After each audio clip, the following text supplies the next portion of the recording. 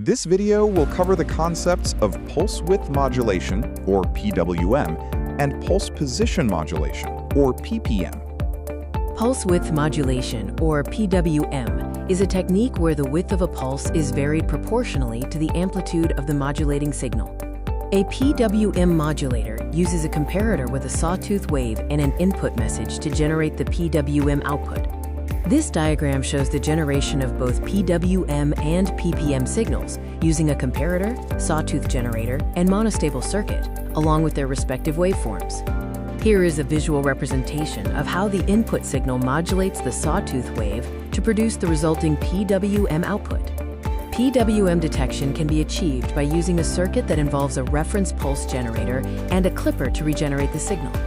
The advantages of PWM include low noise effects, easy separation of signal and noise, and no need for synchronization.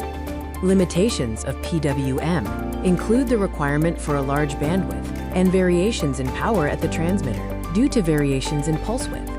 Pulse Position Modulation, or PPM. Modulation can be achieved using an inverter, a differentiator, and a positive edge-triggered pulse generator with a PWM input.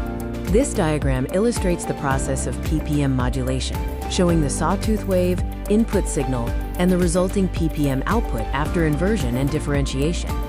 Converting PPM to PWM can be done using an edge-triggered flip-flop, which takes the PPM signal and clock pulses as inputs. PPM detection involves using an RS flip-flop, a reference pulse generator, and a PWM demodulator to recover the original modulating signal.